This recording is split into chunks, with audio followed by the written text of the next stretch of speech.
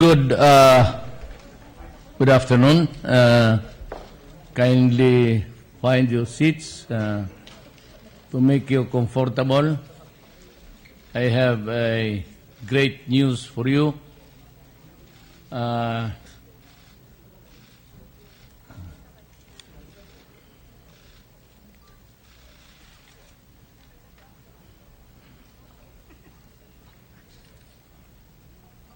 It is with great happiness that I announce to the nation that Chairman Nur Misuari, our brother who heads the MNLF, has finally decided to just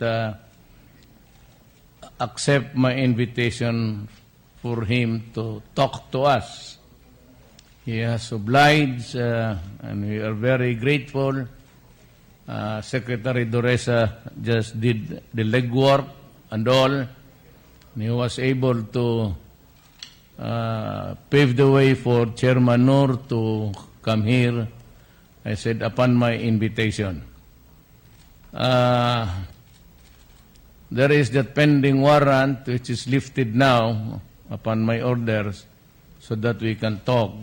And I would like to assure Brother Nur, that there is never an intention to deprive you of your liberty. So far as we can remember, when I was Vice Mayor, you were touring Mindanao, and I accepted you with open arms, and I said that maybe someday we can finally talk about peace.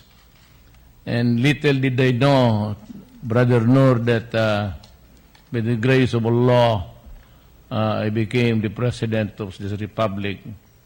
And in the twilight of our years, we would be able to talk about the problem of our country, the revolution that you have led all these years, and finally understanding on a common ground with government.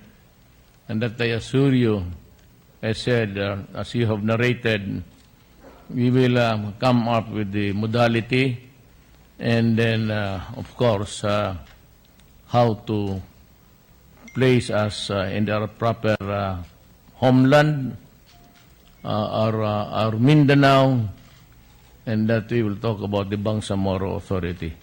We are ready for that, Brother Nur, and as a matter of fact, I said, I was elected for 6 years, but I told Congress if they're able to craft a territorial structure for the federal government and go ahead with the elections and provide the presidency for another form of government, I assure you that upon its completion, if it could be done earlier, 2 years, you have my word, I will resign as president and pave a way for a territorial government, which would have provided also maybe a strong president, but equally strong national parliamentary, subject to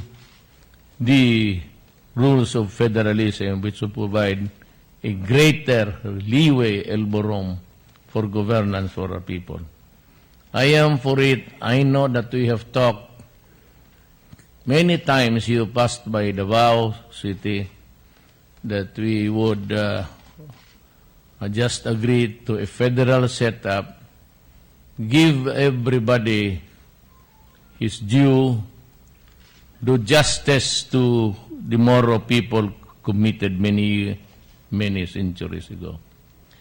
You know, Brother Nur, this is not really to pull my own chair.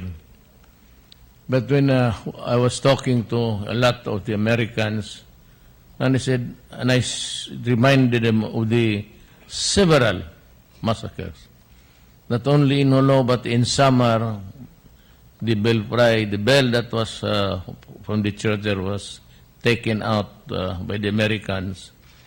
And because one colonel died there, an American, every male, 10 years and above, had their heads cut off also. So these are the things that I said contributed to the lot of injustice. And you have to pardon the next generation, for we did not know, at least the Filipinos now in Mindanao. So we would like to ask that we work together with our Moro brothers and create a country that is really, that is just, and that is good, and that would be for the next generations to come. I would like you to just say a few words, and we can maybe ask, maybe we can ask questions later. But this is a podium address being used by the president. You know that because you also once upon a time a cabinet member. May I ask you to just give a short talk using the podium of the President of the Republic of the Philippines. May I, Chairman Brother Nur?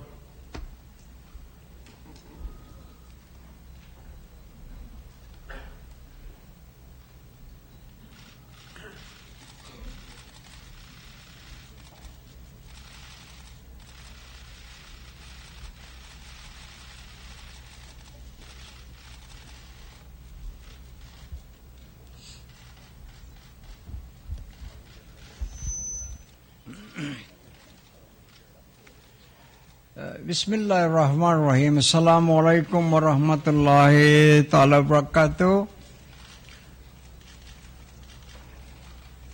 I began my statement with this universal greetings of peace of the Islamic world, because peace is of most vital humanitarian value to us.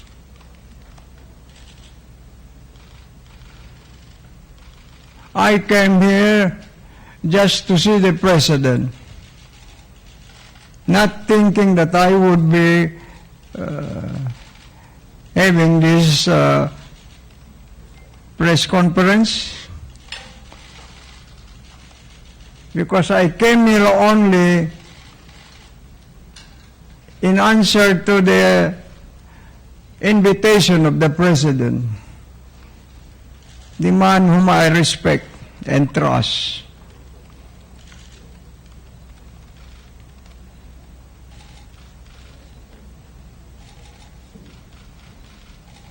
For I believe, as I said during the campaign, that is one single man who can provide solution to the problem of peace and order in our homeland.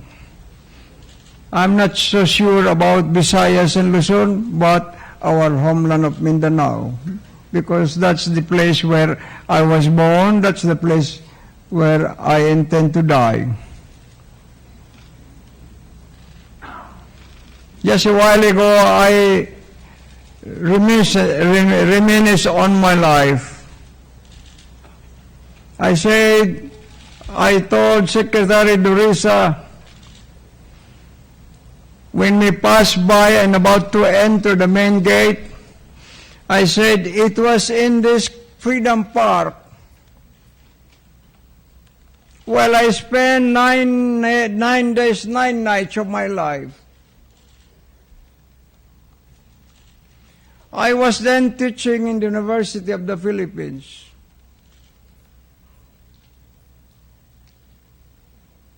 But I had to abandon my teaching profession to the extent that I had to resign because I was not happy with the reaction of the late President Marcos.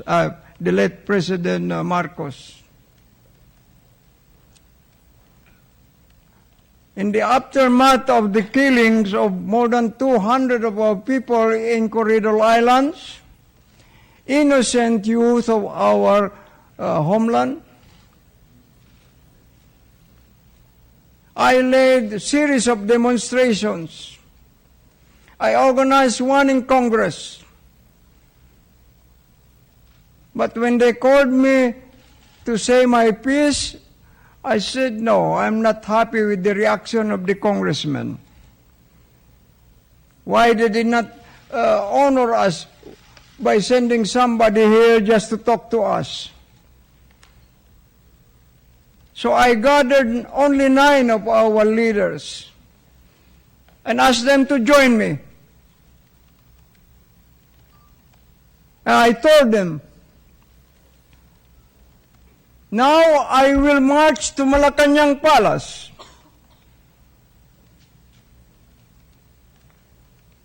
Because it was our agreement in the mosque, in Taguig Mosque, including the father of my brother here, Abu Khair Alonto. We swore to the Almighty God that we'll ask at least simple justice and will not stop until we get simple justice from the government. What kind of simple justice? We demanded in our streamers. We said, Mr. President, please return our brothers dead or alive. Please, Mr. President, we were blaring at the Malacañang Palace. We had a powerful microphone.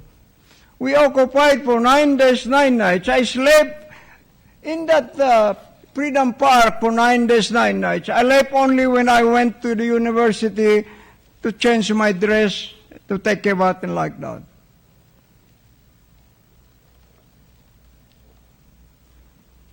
At the end of the 9 days, 9 nights, when in a state of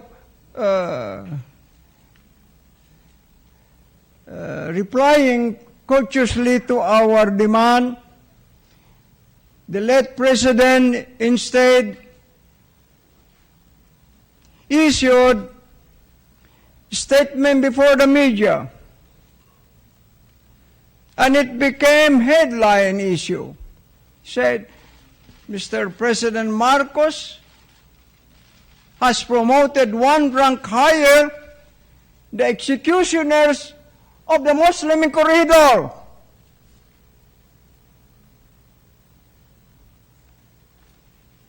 So I said, when the media came, they asked me, how long, Mr. Professor Misuari, will you stay here? I said, this is the end. I will end my stay here tonight. There, I gathered our leaders and we swore to the Almighty God to start our struggle for our complete freedom. I resigned from the university. I always told myself that academic profession is the first love in my life. I was so in love with that profession. But when we did not get even a simple justice from the government, so I decided to cut off myself from the university, and now I'm already over 48 years of my life. I told our dear brother, the president, I was already determined to stay put in the mountains, were it not for his call, were it not for his invitation. It's just I cannot reject his invitation because I respect him too much. And now I came here to thank him, first also for restoring my freedom, if only partially. When we released from the residence of my wife, Mr. Khazartan, seeking stand, after we got him from the hands of the Abu Sayyaf, we were very, very lucky.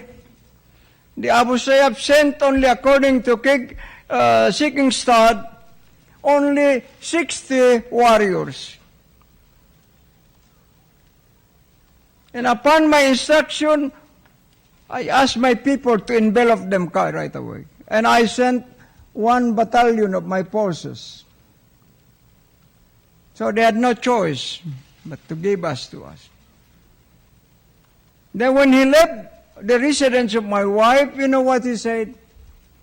I am so happy to be alive. Now I want to tell you, paraphrasing that statement of my friend Kazartan, now I am so happy to be free again.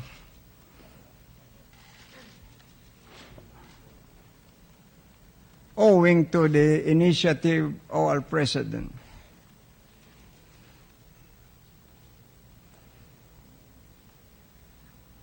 My first impulse was, I told Secretary Durisa,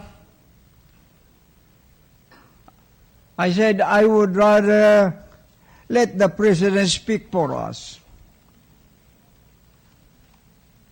How often did groups of media people try to convince me to welcome them in my camp, except for Al Jazeera, which was commissioned by the CNN,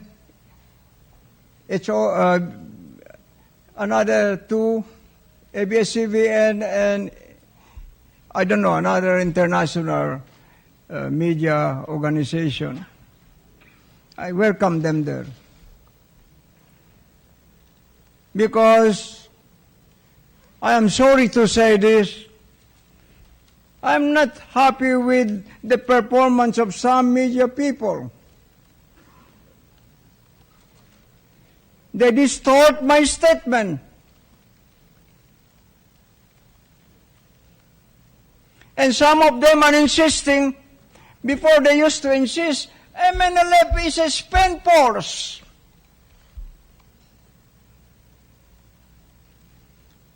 When the September 9 Zamboanga War came,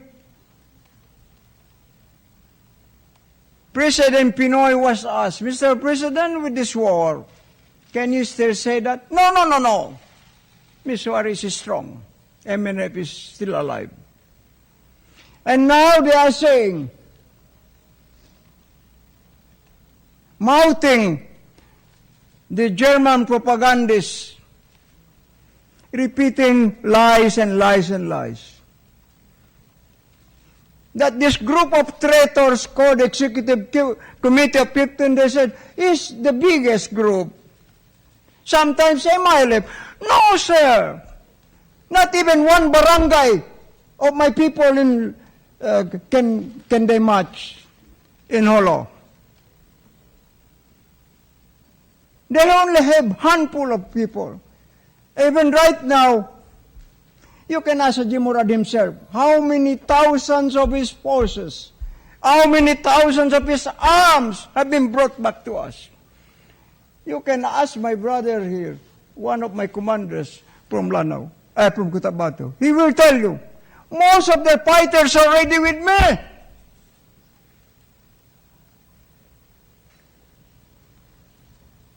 And even the BIFF have told me, Brother Nur, if you go to war, count on us. BIFF.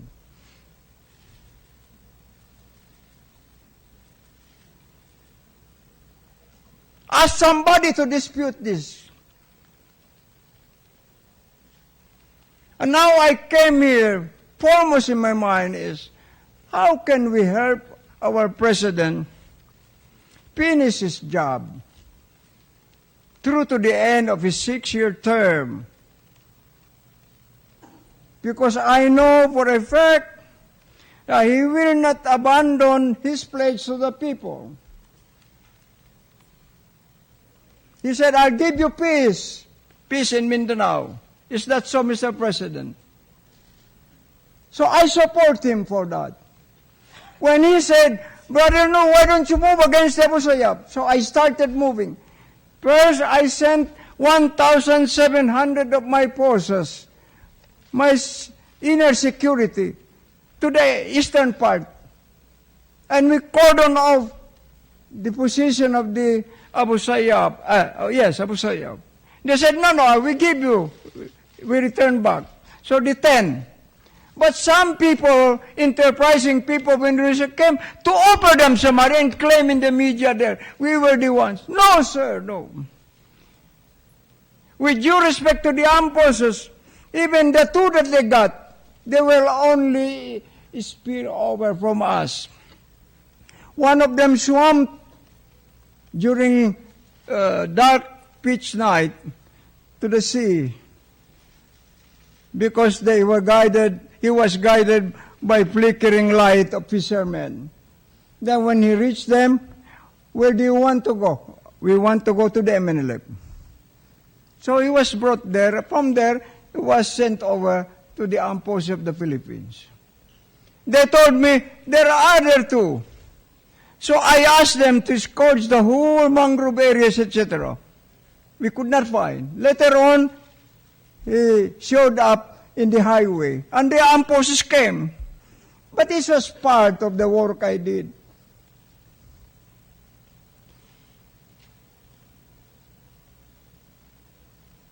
You see? That's the thing I want to say. I want people to be truthful about things. If you want us to be fair with you, you want us to deal with you, please be fair with us. Just tell the truth, simple truth. And secondly, about this campaign against drug, one of my commanders, I was telling Secretary Durisa, while we were flying from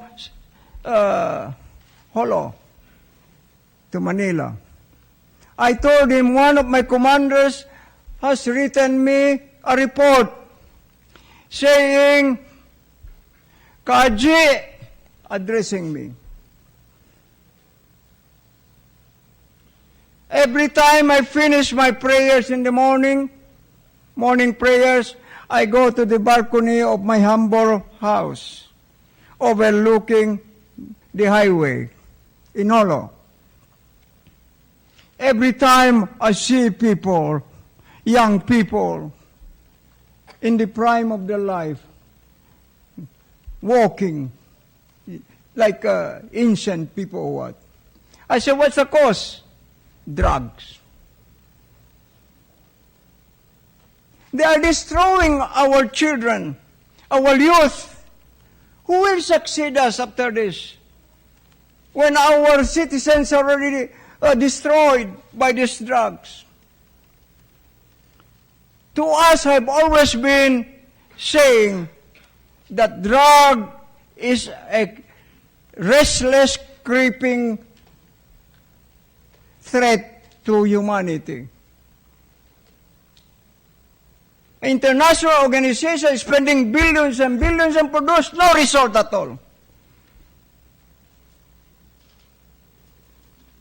This is one of the biggest source of crimes to humanity, these drugs.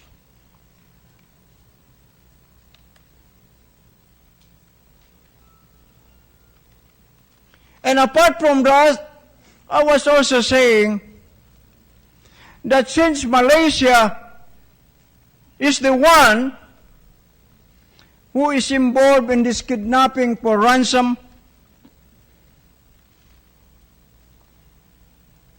probably one day I will drag the leaders into the International Criminal Court. I have all the evidences in my hands. My people are everywhere. And besides, they cannot escape because they are hiring my own people. Even Sipadan, they're hired by cadre officers because they offer them millions. And then they have the goal to ask one of my nephews here, we want to see the chairman. They suggested Jeddah, Saudi Arabia, Makkah. And then they said, we'll meet at his camp. I said, then recently they said, let us advance our meeting in Indonesia. He is one of my members of my delegation now. I said, stop it. I don't have the heart to see these people. After they make this conspiracy to destroy the honor and integrity of my people, I am so concerned, Mr. President, because one time I had a press conference. It was a big room in Malaysia, but at the time I did not know yet who was behind the Sipadan. Sipadan has just broken loose in the world media. They asked questions. Before even I could open my mouth, one German lady stood up and pointed her finger at my face. You know, Governor, your people are the worst people in the world. I said, sit down. I will explain to you. Because she said, why did they kidnap people for ransom? Now I told them, I said, listen, I can understand what is prompting in your heart, in your soul. I can understand that because you come, I'm sorry, with due respect, from Western civilization. And according to Western civilization, in my studies, there is such thing like collective punishment. When somebody commits commits crime, what will he do? What will he do? They can even destroy the whole community. Just 1 second. But in our case, we are Muslims. The crime of the father cannot be imputed to the son, let alone the crime of the son can be imputed. No. So they stopped. And the people started howling at her. Oh, mostly white people. She was very irresponsible. So I want to stop here. Just allow me to reiterate my sense of gratitude to the President and my promise that should he need our cooperation in his campaign for peace,